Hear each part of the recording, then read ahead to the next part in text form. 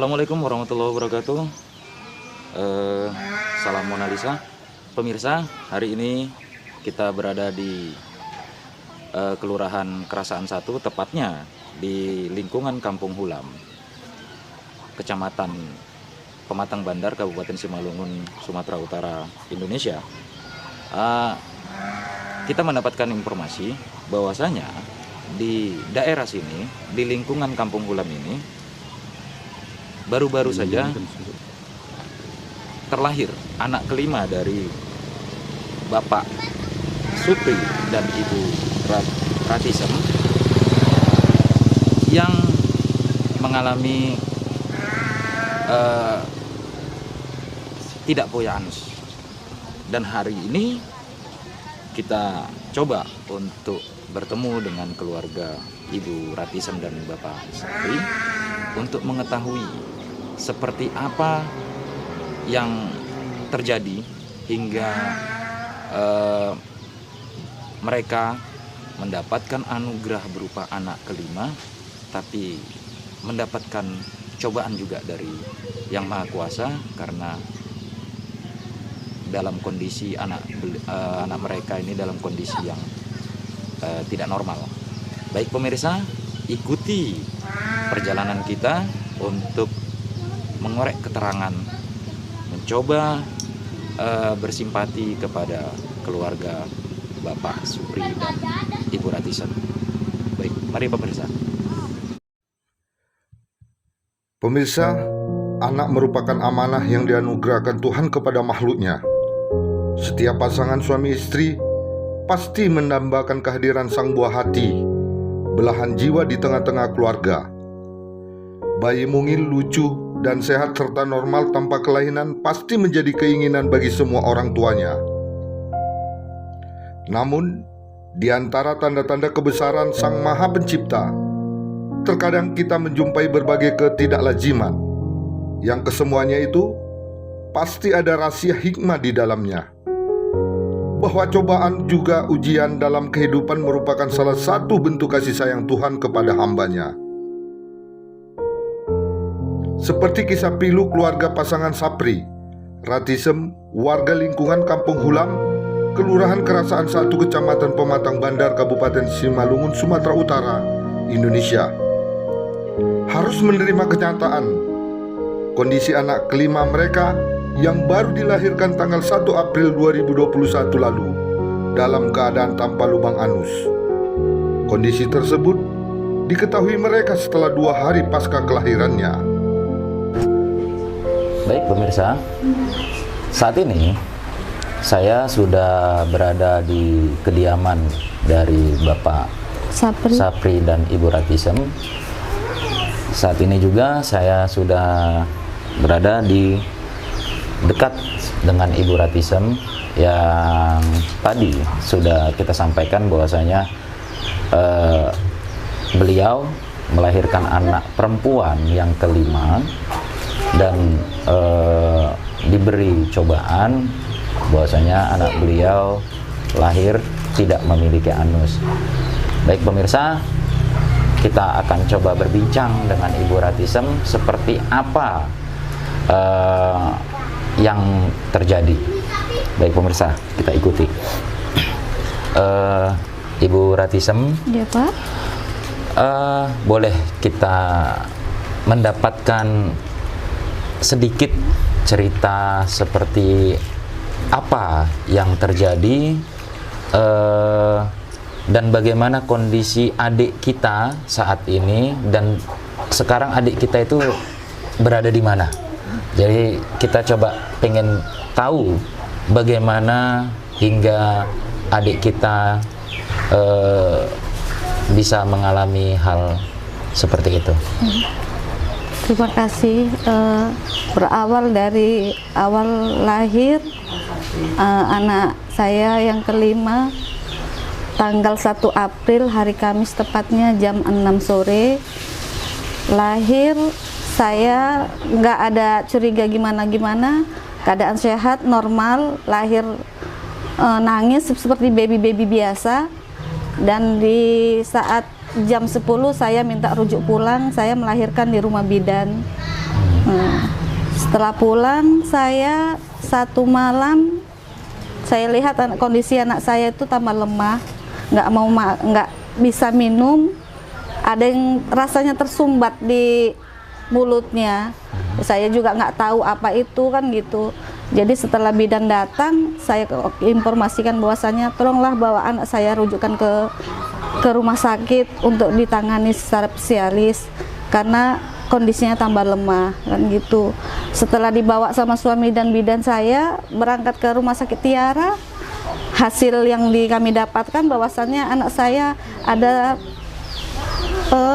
tidak ada kelainan, tidak punya katanya tersumbat salurannya yang harus kayak mana supaya harus dioperasi. Jadi untuk tindak lanjutnya operasinya itu nggak bisa diadakan di rumah sakit Siantar. Jadi kita rujuk ke Medan, yaitu tepatnya saat ini di rumah sakit Tiara. Pada hari Minggu malam Senin jam 1.20 tepatnya kita berangkatkan ke Medan. Sampai di Medan jam 3:30 sekitar gitulah Pak, jam 3:30 subuh. Sampai kabarnya mulai dari jam 10 ke jam 11 sampai jam 3 dijanjikan mau operasi, sampai saat itu juga belum ditangani. Akhirnya jam 5-an lah gitu, jam 5 lewat baru dioperasi karena yang dokter biusnya baru bisa hadir di saat itu kan gitu. Banyak pasien yang harus ditangani, itulah alasan dokter pertama. Jadi saat itu operasinya berjalan normal, alhamdulillah lancar, memakan waktu 1,5 jam. Alhamdulillah selesai dari situ sehat. Terus kemudian ada keluhan karena ya saya juga nggak ngerti kondisinya gimana, saya di rumah yang menghadapi itu yang adik yang di rumah sakit dan suami saya rupanya tadi malam tepatnya jam 3 masuk ruangan ICU lagi karena katanya ada kurang sinar gitu, kurang sinar, kita masukkan ke ICU. Orang kampung, Pak, kami ingin bantuan, mudahkanlah apapun ceritanya, administrasi mau apapun kami dimudahkan. Kami punya kartu BPJS dari pemerintah. Saya ketepatan kader Posyandu untuk kerasaan pematang bandar, tapi BPJS itu nggak bisa digunakan untuk saat ini. Jadi harapan kami nggak bisa digunakan atau diblok lagi tuh. Jadi harapan kami mengenai BPJS, tolonglah janganlah dipersulit kami yang nggak mampu ini. Kalau punya mengeluarkan BPJS, ya diupayakan bisa digunakan. Untuk apa kami dikasih BPJS tapi kalau nggak bisa digunakan? Itu kan bantuan dari pemerintah. Ketepatan kemarin saya kepada Posyandu itu dapatnya pun dari Dinas Kesehatan, bukan saya yang minta, itu memang dari dinas. Jadi kenapa nggak bisa digunakan? Itu ajalah keluhan saya. Kenapa sampai saat ini BPJS itu nggak bisa digunakan? Dan sampai saat ini kami hubungi kemana-mana minta tolong, minta bantuan untuk mengaktifkan. Udah banyak yang angkat tangan, udah nggak bisa, alasannya mengenai sistem. Katanya karena sistem ini sekarang kayak gini, makanya nggak bisa. Oh begitu. Bakal ada lagi ya? Bakal ada lagi. Makanya yang saya hadapin ini bukan satu kali ini aja, harus kalau dia sehat nanti di saat umur dia 8 bulan baru bisa buka lagi. Ini dia buka kantong di sebelah kanan untuk penampungan sementara, untuk kotoran sementara. Jadi nanti di saat usianya sudah cukup dan timbangannya sudah cukup, kata dokter baru bisa buka dari anusnya, dari gitu, jari jalur saluran yang seharusnya. Paling apa mau 3 kali lagi lah Pak. Oh artinya adik kita bakal berkelanjutan, berkelanjutan, berobatnya pun berkelanjutan karena kita itu kan nggak sembarangan Pak kan, gitu, nggak sembarangan. Jadi nanti setelah ini udah sembuh, ini ditutup lagi, baru dibuka dari bapaknya. Itu kalau dia memang betul-betul fit kan gitu.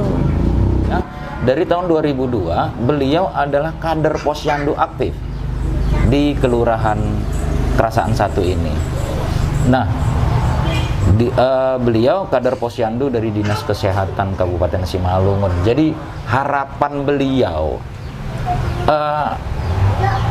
respon dari Dinas Kesehatan Simalungun untuk membantu beliau dalam yang sekarang ini. Beliau mengaku sangat sulit untuk mengaktifkan BPJS yang selama ini sudah dipegang oleh Ibu Ratisem. Saya berharap kepada Dinas Kesehatan, terutama bidan desa saya yang tahu di sini, yang aktif, saya sebagai kader, baik Bu Dewi mulai dari Bu Naga, itu dia saya tahu kalau saya itu kader Posyandu aktif. Di saat itu saya juga pernah punya BPJS ketenagakerjaan dari Dinas Sosial itu sebagai kader. Sampai BPJS tenaga kerjanya pun saya punya itu, kan gitu. Kenapa di saat saya perlu ini, saya butuh BPJS itu berlaku, nggak bisa saya gunakan. Jadi harapan saya, apakah dinas ini memberikan hanya untuk formalitas? Baik pemirsa, tentang informasi dari Ibu Ratisem yang menyebutkan bahwasanya beliau dan suami itu memiliki kartu BPJS, itu bukan hanya sekedar omongan, tapi beliau mampu menunjukkan bahwasanya inilah kartu keikutsertaan keluarga Bapak Sapri dan Ibu Ratisem yang setiap tahunnya itu diperbarui, tapi saat akan dipergunakan dalam kondisi anak kelima dari Ibu Ratisem yang membutuhkan reaksi, membutuhkan pelayanan yang prima, membutuhkan bantuan untuk pembiayaan yang cukup besar, tapi kartu ini sepertinya tidak dapat dipergunakan. Ini bentuk kartunya. Jadi kita akan coba menelusuri, kita akan coba mempertanyakan sampai sejauh mana fungsi dari kartu-kartu seperti ini. Apakah memang sudah tidak dapat lagi dipergunakan bagi pemirsa-pemirsa yang mungkin memiliki kartu seperti ini? Apakah memang sudah tidak dapat dipergunakan atau kriteria seperti apa? Dan ini yang dipegang oleh keluarga Bapak Sapri dan Ibu Ratisem. Kami berharap Bapak Sapri dan saya Ibu Ratisem kepada Bapak JR Bupati Kabupaten Simalungun, mohonlah bantu kami bisa mempergunakan kartu ini, karena kami sangat membutuhkan kartu ini bisa berguna untuk pengobatan anak saya berkelanjutan.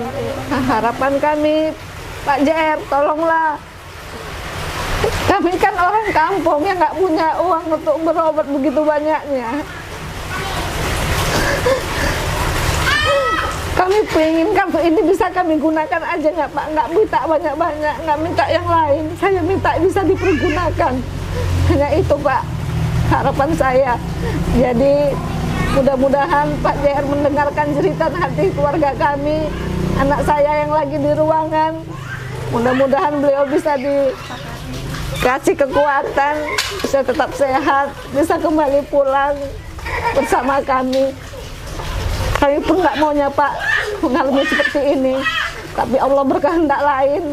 Kami harus menerimanya dengan ikhlas. Ya, baik Pak. Saya sebagai kepala lingkungan di Kampung Hulam ini, kepala lingkungan 7 Kampung Hulam Kelurahan Kerasaan 1. Ya, selama ini kami juga tahu kalau Bapak Sapri dan Ibu Ratisem itu memiliki kartu BPJS, tapi baru inilah saya mengetahui kalau kartu BPJS itu tidak bisa digunakan. Apakah tidak aktif, diblokir atau bagaimana? Ya, yang jelas sampai saat ini belum bisa digunakan oleh yang bersangkutan. Jadi harapan saya kepada Bapak Bupati atau pihak-pihak terkait, ya ini kartu BPJS kan memang itulah harapan bagi masyarakat awam seperti yang ada di tempat kami ini yang keadaan ekonominya memang lemah dan itu memang sangat dibutuhkan, dia sangat berharap itu bisa digunakan.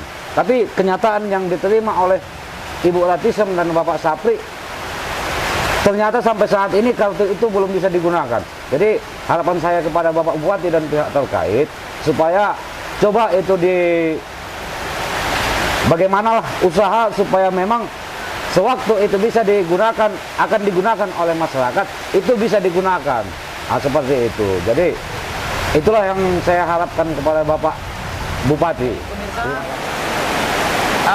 Dalam kondisi hujan lebat, dalam kondisi nikmat Tuhan yang terbesar berupa hujan, kita tetap akan terus menelusuri salah satu tujuh inspirasi dari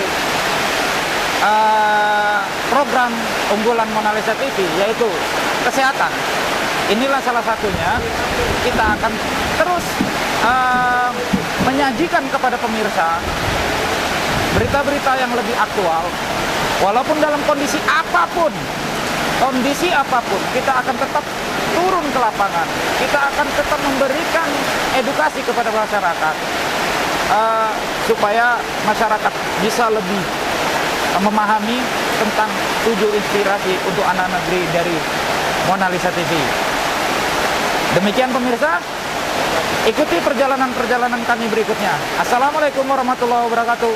Salam Mona Lisa.